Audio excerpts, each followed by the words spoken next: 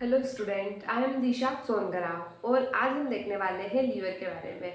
आज का हमारा टॉपिक लास्ट है, इसके बाद हम नेक्स्ट टॉपिक की बात करेंगे। तो स्टार्ट करते हैं लीवर से। तो ये क्या हो गया, हमारे लीवर का स्ट्रक्चर हो गया।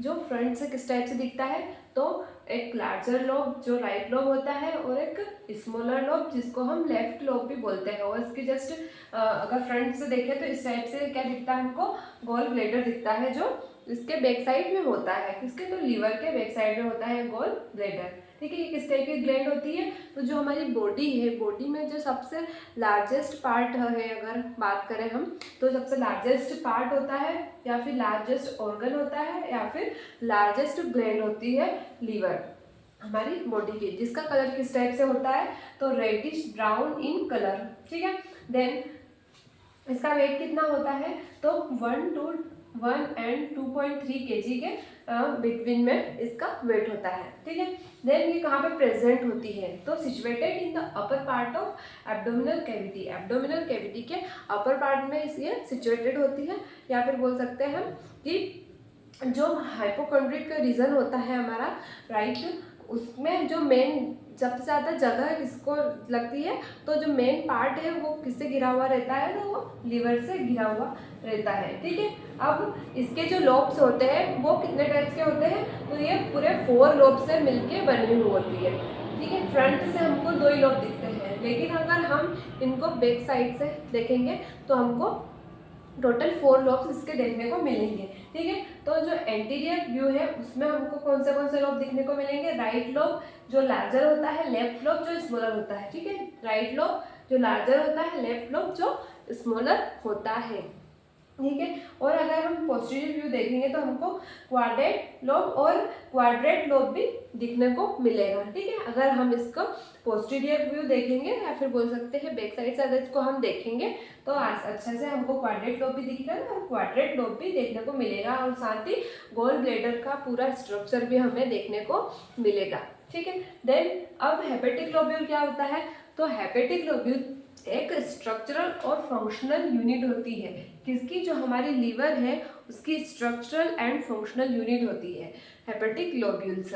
और ये कितनी होती है, तो 50,000 से 1 लाख लोब्यूल्स इन लीवर। 50,000 से 1 लाख लीवर 1 लाख लोब्यूल्स होते हैं हमारे लीवर में, इसीलिए ये क्या है, structural and functional unit of liver.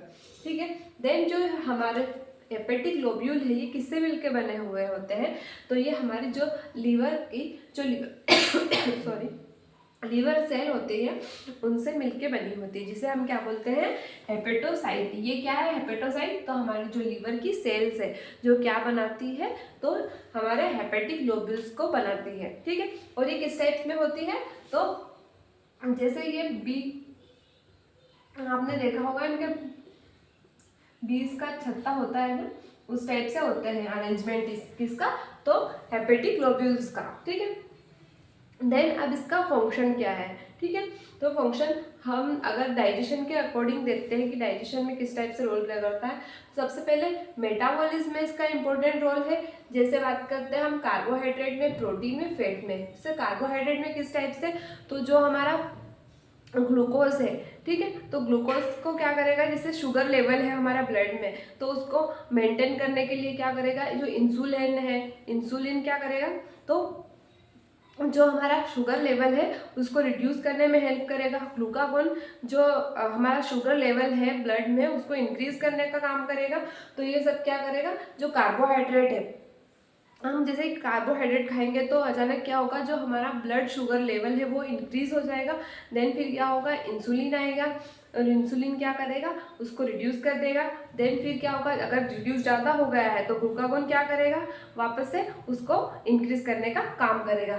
Then protein में क्या होगा, तो ट्रांसएमिनेशन, डीएमिनेशन, ये सारी प्रोसेस होगी। देन फैट में क्या होगा, तो जो हमारे बॉडी में है स्टोर फॉर्म में जो स्टोरेज हो रहा है, जब उसकी रिक्वायरमेंट कब होगी, जब हम खाना नहीं खा रहे हैं, जब हम फास्टिंग पे हैं, देन हमको एनर्जी की रिक्वायरमेंट है। तो जो हमारे जो स्टोरेज फूड है स्टोर फॉर्म में हुआ है, किस फॉर्म में, फैट फॉर्म में, देन वो हमें काम आएगा।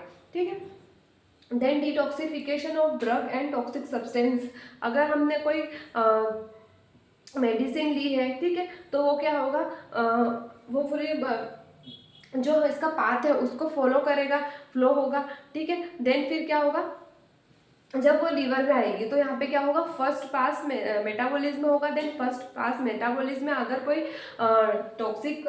टॉक्सिफिकेशन हुआ है, कोई टॉक्सिक सब्सटेंस आ गया है, तो उसको भी वो खत्म करने का काम करेगा, डिटॉक्सिफिकेशन करेगा ड्रग का, ठीक है। किसमें, तो लीवर में होगा ये काम भी, डिटॉक्सिफिकेशन ऑफ ड्रग। अगर कोई ड्रग हमारी बॉडी में आ गया है किसी कारण से, ठीक है, और वो टॉक्सिसिटी प्रोवाइड कर रहा है, वैसे तो हम हमारी क्योर के लिए लेते हैं, बॉडी में अगर कुछ प्रॉब्लम हो गई तो उसकी क्योर के लिए लेते हैं, पर अगर लग रहा है कि वो टॉक्सिक है तो वो क्या होगा, ब्लड में चले जाएगा, तो ब्लड में जाने से पहले ही उसको क्या कर देंगे, हम डिटॉक्सिफिकेशन उसका कर देंगे। Then inactivation of hormones means, जैसे हम बात करते हैं ग्लूकागोन की, इंसुलिन की, एल्डोस्टेरोन की, ये सब क्या है, ये सब हमारे, तो ये हार्मोन्स है, तो इनको भी क्या करेंगे, जब जब तक इनकी रिक्वायरमेंट होगी जब तक तो उनका काम होगा, पर जब उनकी रिक्वायरमेंट खत्म हो जाएगी तो फिर क्या होगा, उनको इनएक्टिवेट करना पड़ेगा। देन इनएक्टिवेशन ऑफ हार्मोन भी कहाँ पे होगा, लीवर में होगा। देन साथ ही क्या करता है, तो हीट का प्रोडक्शन भी करता है और सिक्रीशन ऑफ बाइल, ठीक है। जो लीवर है, लीवर में क्या होता है, बाइल का सिक्रीशन होता है।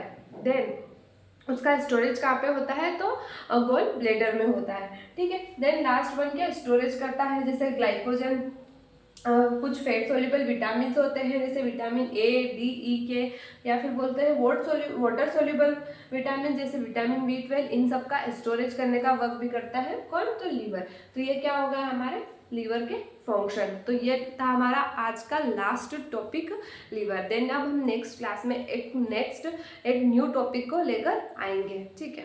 Thank you.